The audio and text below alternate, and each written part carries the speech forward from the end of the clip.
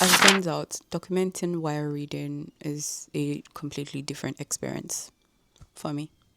At the beginning of this year, I wanted to try something different for my reading wrap up. So I decided to document the thoughts that I get while reading a book. So picking up the camera when I get a thoughts while I'm reading any book that I plan to read. And I think I made that decision because of the difference in the way that I used to read and interact with books and the way that I read and interact with books and talk about them online now. So if this is your first time seeing me on the internet or you recently subscribed to my channel, I used to be really active on Instagram, Bookstagram, that's what we call it. And as a matter of fact, that was part of my identity for so long. And being active on Bookstagram meant that whenever I finished the book, I would sit down with my thoughts on the book and write a review for the book and then post it along with pictures of the books. I used to really enjoy booktography. I was really good at booktography.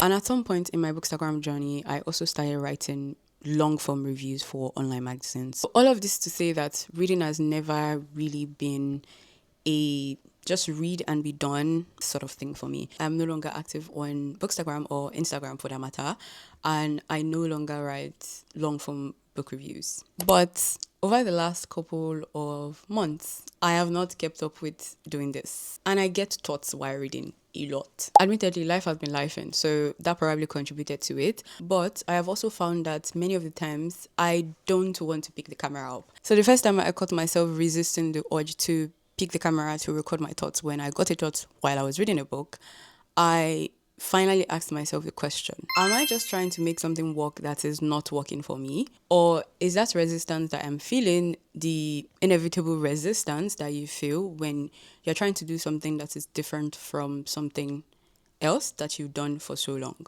And I say this because my reading wrap-up series last year mimicked my mode of reviewing that I had when I was active on Bookstagram and writing long form review. I would read a book, sit with my thoughts for a long time, and then compress my thoughts into a review.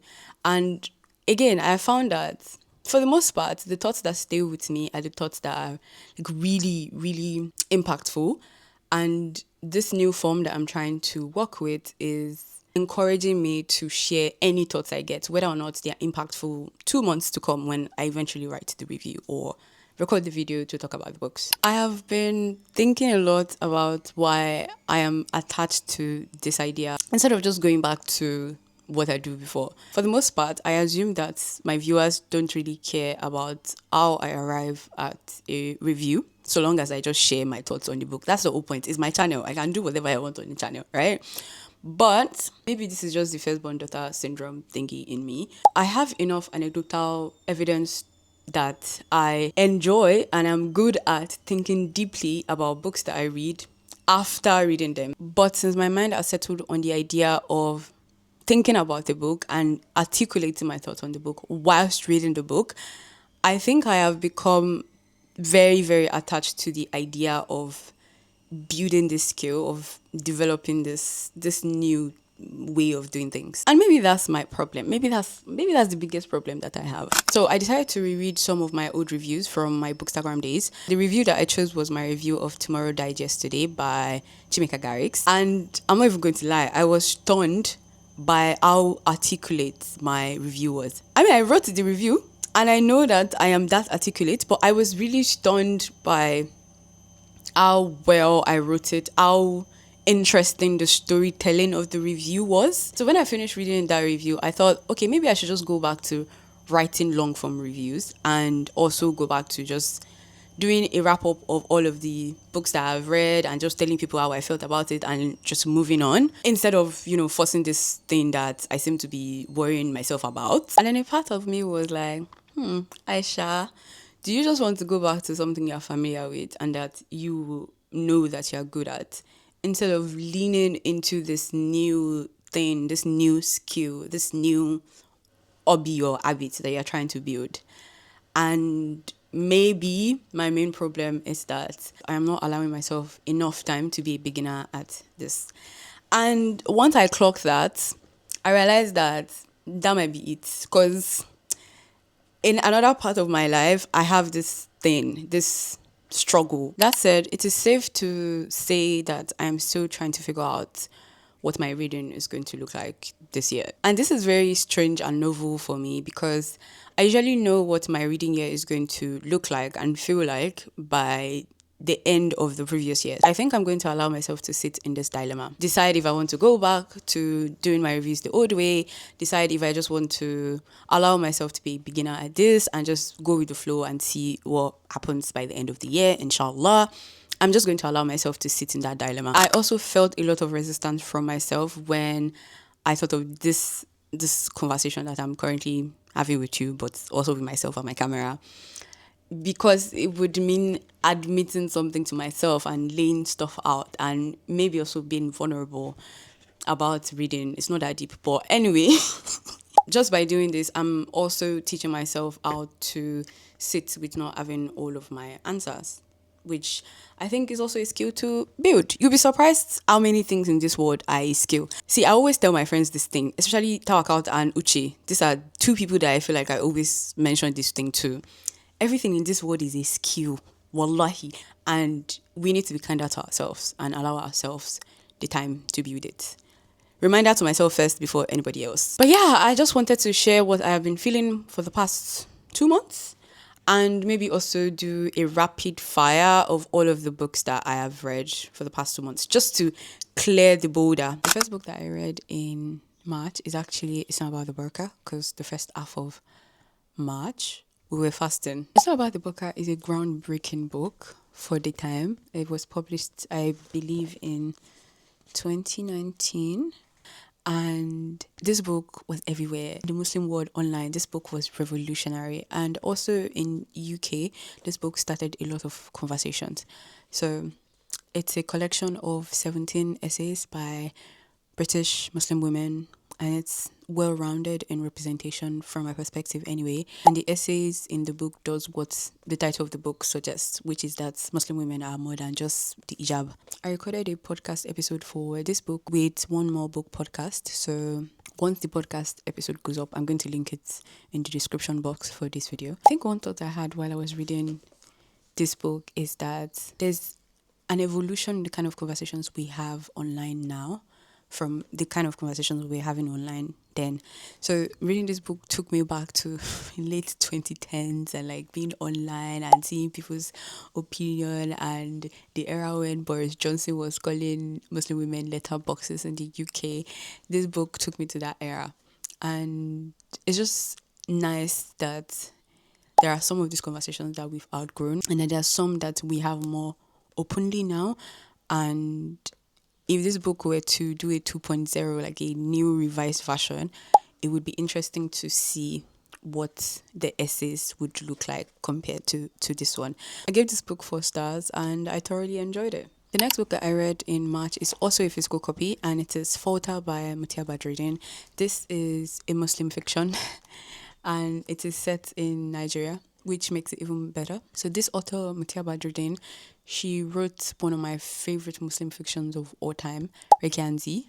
I'm pretty sure I've talked about it on this channel before. It was her debut novel, and I read it during Ramadan. I gave this book 3 stars. Let's just say that there's an evolution between when she wrote this book and Wedding of Zein. I had a lot of trouble with the main character in this book. She was really annoying. But I love that by the end of the book, she became more sane. She became more human, more normal. Basically, this book follows a character called Yewande. She's a carefree young girl born into a Muslim family in Lagos, Nigeria, that is not so practicing. And then one day she decided to become more practicing, and the book follows all of the struggles that she goes through, as well as her journey, just understanding herself, being more open. I think her experience is quite typical of Muslim girls in Muslim families that suddenly decide to be more practicing than their family. But the way she was doing her Islam, it was side-eyeing. I was side-eyeing her. But anyway, I still think that this book is worth the read because, first of all, there are not many Muslim representation in fiction. Not to now talk of Nigerian female Muslim representation. So it's still worth the read. The next book that I read in March is Too Small Tola by Atinuke. So this is a children's book, And I came across this book on Storygraph. The people I followed on Storygraph was reading the book. It's a series. I think it's a 5-part series. It follows a young girl, Tola, living with a grandma and her 2 siblings in Lagos. And they are this low-income household. It gives you insight into the not so glamorous parts of Lagos, which is majority of people's experiences in Lagos, to be honest. And it's not so heavy. It's also still fun. Children can definitely follow it, but I, as an adult, 100% enjoyed it. So shout out to Nini, because it's Nini. Shout out to Nini for reading this book, and me for following Nini for then seeing this book and decided to read it. I gave it 5 stars. I really enjoyed it. The last book that I read that I finished in March is The Stillborn by Zaynab Alkali. So this book is the first book published by a female author in northern Nigeria. I have always wanted to read this book because it's a classic. I love reading classics. But I picked up this book in March because I started reading Stillborn by Guadalupe Nettel, which was the Indulgent Bibliophile book club pick for March. I didn't finish Stillborn by Guadalupe Nettel, but it made me pick up this Stillborn by Zaynab Alkali because I wanted to read both of them together and see the way that they tackle that title, Stillborn. The way that the title, The Stillborn, manifests in this story is way different from the way that Stillborn manifests in Guadalupe Nettel's story. So The Stillborn by Zaynab Alkali follows a young girl called Lai, and it's a coming of age story. So it opens up with her going back home from school and the life in the village, growing up in a household, defying her father,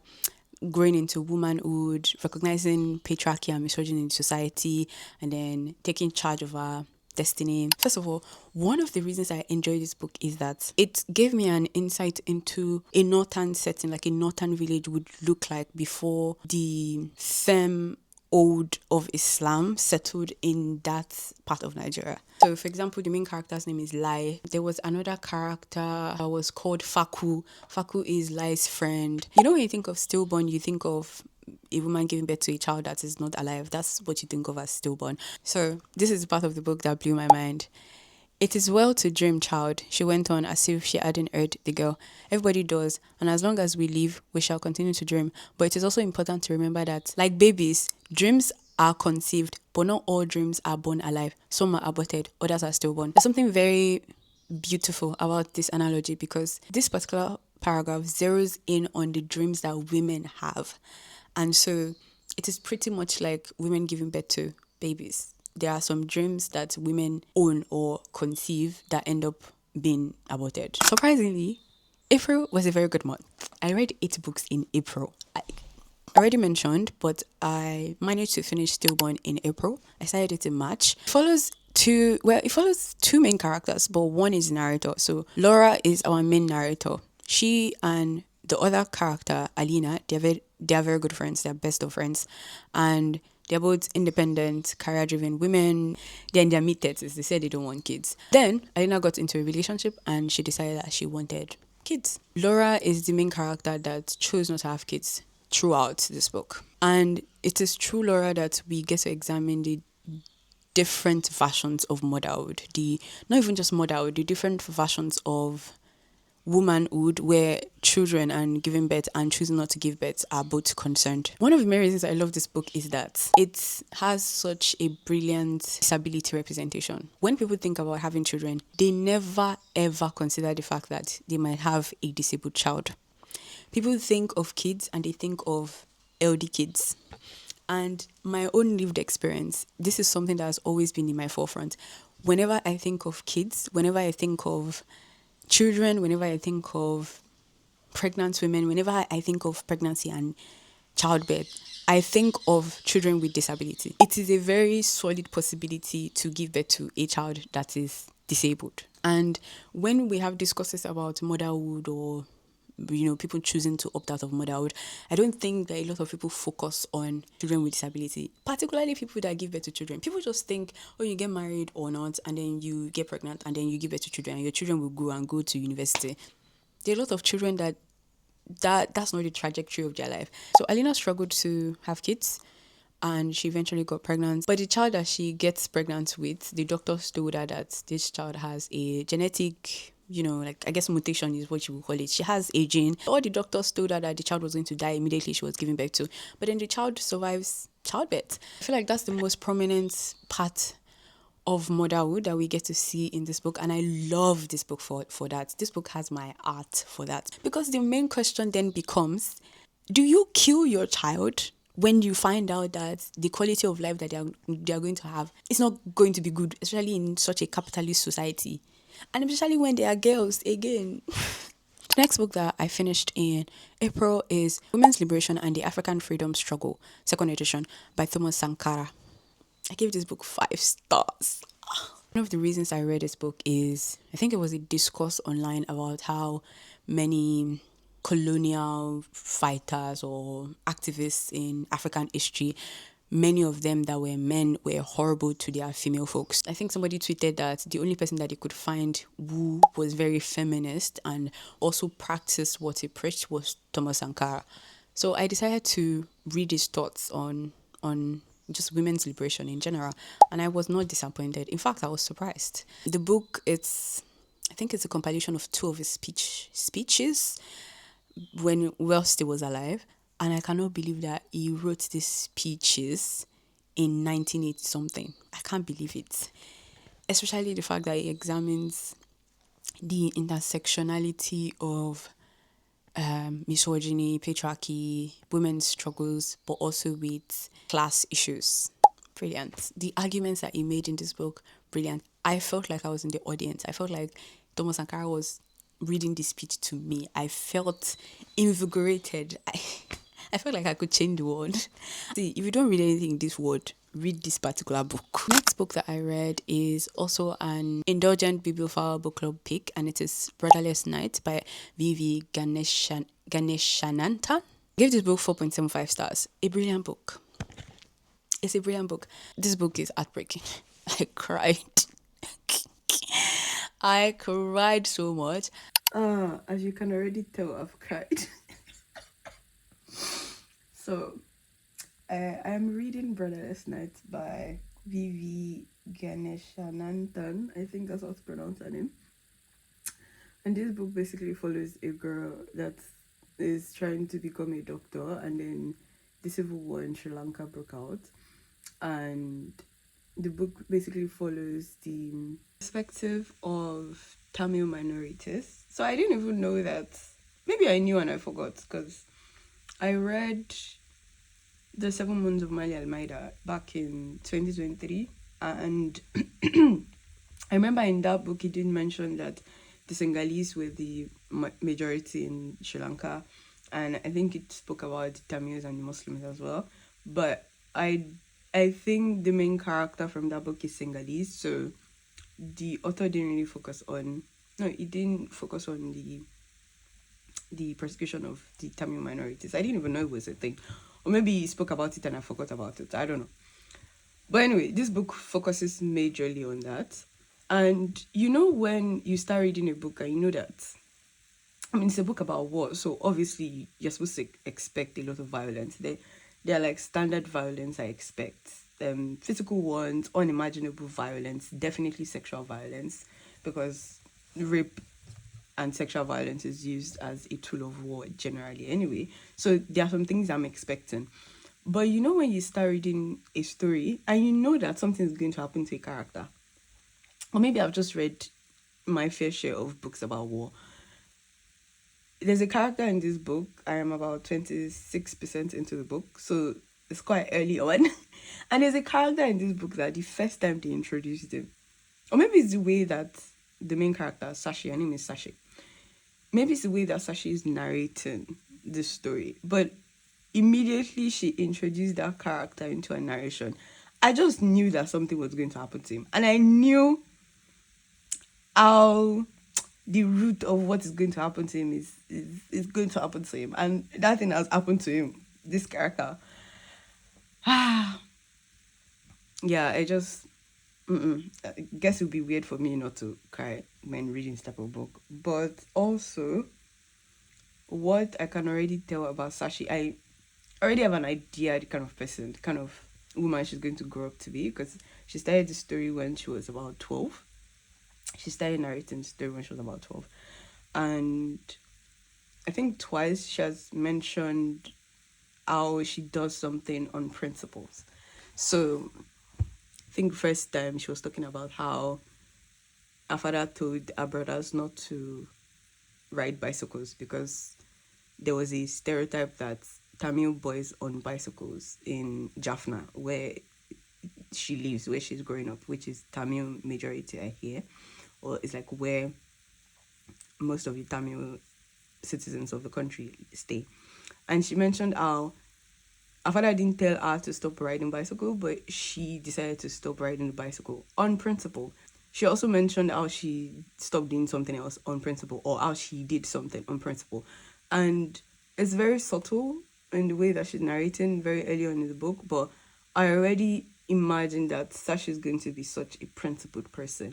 And I want to see how she's going to hold on to that virtue. That's, I mean, I consider it a virtue, but I want to see how she's going to hold on to that character as she progresses through the war and as she becomes a young woman.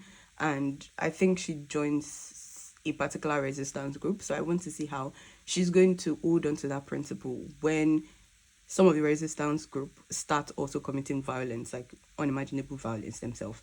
So I really want to see. I like the way the author does that. It's very subtle, but I can pick up on it. And yeah, I'm already going to love Sashi. Oh, by the way, already about 20% into the book, she kind of shows that virtue already, or no, I think she has shown such immense bravery already. She is about 17, 18 at this point in the book, and I can already tell that she's also going to be a selfless person. She's going to put herself in danger to save other people. So yeah, I'm looking forward to getting through this book, but it's going to take me a lot longer than I thought it would take me, which, but I probably shouldn't do this to myself very early on in the morning, and I need to go and start work now. But yeah, I'm glad that I'm reading this book because it's making me pick up the camera. So another thing I forgot to mention is that even though this book is teaching me about Sri Lankan history and Tamil oppression in Sri Lanka, I have also gotten some sentences in the book that teach me other things about my life. For example, this one. So this is a place where Niranjan is Sashi's eldest brother, and it's basically telling her, it's trying to console her after she failed the entrance exam for medical school the first time. I will talk as if your life is over if you do not become a doctor or an engineer or an accountant. So much pressure to be the same things. But look at him, which is referring to Sashi's teacher here, or look at Appa. There are plenty of other ways to live. And this sentence looks like typical, but when I got to this part of the book, I felt hot tears. Like, you know, those type of tears that when they're about to come out of your eyes, they are very hot. Like, you can feel the heaviness of the emotions in those tears. And the tears will sting your eyes. That was the kind of tears that came out of my eyes when I was reading this, because it transported me back to my own life, which is what I'm currently living, of course. But it just got me thinking that, like, even when I try at, like, whatever career I decide to do in life, whether the one I'm doing now or whatever one I decide to do in future, it's fine. Like, it's okay if I don't meet this particular expectation, because there are so many other ways to live life. And I am grateful to this book for making me think about it. And it's already a 4 star. Like, I it can only go up or down from here. The only thing that will make me give this book not 5 stars is if it's too slow, or if it's too repetitive, or if the ending doesn't make sense. The only thing that will make me bump it down from a 4 star is, I don't know what will make me bump it down from a 4 star. So yeah. And I'm just 25%, 26% into the book. This is another part of the book that I just know that Sashi's such a babe, because she's narrating this story, right? And she got to this part where she said, where she was, I think this was the first time that violence, like, she experienced violence. This was when the Jaffna library was burnt down. And apparently, the burning of the Jaffna library broke a lot of people's hearts. Like, some people couldn't even move on from it. She was trying to describe the violence, and then she said, "But I should stop pretending that I know you. Perhaps you do not have to imagine. Perhaps your library too went up in smoke." And at such a young age, you can already tell that she's such an empathetic person. Not, she definitely is not somebody that is going to be consumed by victim mentality, because she already assumes, or she already positions herself to remember that there are so many people across the world that are experiencing violence, whether in minority or majority, and that our experiences are not necessarily in, they are not necessarily anomalies. Not that they are good things, but they are not necessarily anomalies. And so she should she's stopping herself from assuming that she knows you, assuming that you're already in a privileged position. And I already love that. This was about 12% into the book. This is very early on in the book. If you want to understand the Sri Lankan Civil War, but from a nuanced point of view, I guess, this is a very good book to do that. The next book that I read in April is Too Small Tola Makes It Count. This is one of the books in the Too Small Tola series. I gave this book 5 stars because it's such an heartwarming book. So this particular book is set after the COVID pandemic lockdown, and you can imagine how the COVID pandemic affected a family like Tola's family, where they're low income and they have to go out to hustle, and it's just such a brilliant book. I really enjoy the book. Just read it. It's good for kids, but it's also very good for adults. If you need a palate cleanser, read this book. And still on the topic of palate cleansing, I decided that all of the books I was going to read for the rest of April were going to be light books, and I followed through, surprisingly. So the next book that I read is My Sister, the Serial Killer by Oyinkan Braithwaite. This book I gave 3.75 stars. This was a surprising read, actually. In fact, I wrote down my thoughts. Wow, that's a lot of thoughts. My expectation was very low when I was going into this book, because when it came out, it was longlisted for the Burqa prize in 2019. And I was like, why? For me, I went into it with zero expectation. So I was pleasantly surprised. The evil that a violent father figure wreaks in one's life being the most prominent theme that she explored. And I was reminded of Kambili and her brother from Popular Hibiscus whilst I thought of that. And I thought that was really interesting, because I would not have expected that this book would remind me of Popular Hibiscus. I wouldn't say it's crime. I guess the problem is they classified it as crime. I would just say it is literary fiction, but done with like crime. But it's such a good way to tell literary fiction, because it's such a unique way. Anyway, I gave it 3.75 stars. And then I went on to read a short book called The Baby Is Mine. I gave that 3.5 stars. See, this is one of the reasons I said that I think she doesn't write crime. I don't think what she writes is crime. If you go into it from that perspective, it is easier to handle, or it is easier to enjoy as storytelling. This book is set during COVID pandemic. It follows 3 main characters. We have Bambi, Auntie Bidemi, and Esosa. So Bambi is a guy, and he's a foolish man. But anyway, somehow Bambi, Auntie Bidemi, and Esosa, they found themselves under the same roof, and they couldn't go out because of the lockdown. And it kind of became a retelling of King Solomon's, the King Solomon story, where 2 women came and said that one child is their own. Auntie Bidemi said that the baby in the house is our own. Esosa said that the baby is our own. Bambi now has to decide who the owner of the baby is. Oh, and for perspective, Bambi is the nephew of Auntie Bidemi's husband, who is dead, and Esosa was the mistress of Auntie Bidemi's husband. The next book that I read is Nearly All the Men in Lagos Are Mad by Dam Larry Kuku. I think I'll give this book 4 stars. It's a collection of short stories, and the title of this collection is very provocative because there is no story in the book that is titled Nearly All the Men in Lagos Are Mad. This is just the title of the book.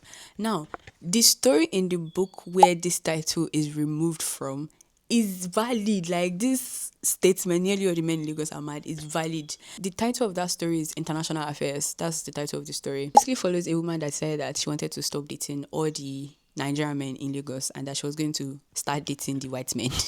And then she quickly discovered that even the white men are crazy. So a bunch of the stories ended too abruptly, but I guess that's to be expected with a short story collection. It's very rare for you to find a short story collection that ends all of the stories very well. However, a bunch of the stories were needlessly erotica. Like, I didn't mind it, but I just wasn't expecting to read erotica when I came to this book. So anyway, this book is very good in cleansing my palate. It's very witty, it's very funny, and then you see how everybody in Lagos is crazy, not just the men, the women, everybody's crazy. Finally, the last book that I read in April is The Wedding of Zein and Other Stories by Tayeb Salih. I read Tayeb Salih's Sense of Migration to the North in, I think last year. And I wanted to read more books by him. So this is a collection of 3 short stories. The Wedding of Zein being the longest story in the book. Other stories are The Dome Tree of Wad Hamid and A Handful of Dates. I don't think any of the stories set out to make any obvious commentary, but I think A Handful of Dates made a very significant commentary on exploitation of people or exploitation of people under capitalism. The Wedding of Zein was very interesting. I remember I was talking to Fatima Abuja. I was talking to her about this book, and I told her that whilst I was reading this book, I missed Sudan, and I have never been to Sudan. Like, imagine somebody should pick you up and drop you in the middle of a village, and you are just there, like nobody can see you. You just observe the people doing their thing, just going about their lives, just the squabbles, the gossip, the weddings, the burials, the fights. That is how I felt whilst I was reading The Wedding of Zein. I didn't have thoughts whilst I was reading it. It was just so enjoying the storytelling, enjoying the characters, because there were so many characters in The Wedding of Zein. I think I would give you 4 stars as well. I haven't recorded any thoughts for the books that I've been reading this many, but I think recording this video and talking about the way I'm feeling and just getting stuff out of the way, I am more inclined to do that. Hopefully you will see a wrap up that is a compilation of my thoughts whilst I'm reading. Thank you so much for watching this video. Let me know if you've read any of these books or you plan to read any of them. I will be interested in hearing your thoughts, of course, as always. I will see you in my next video. Bye bye.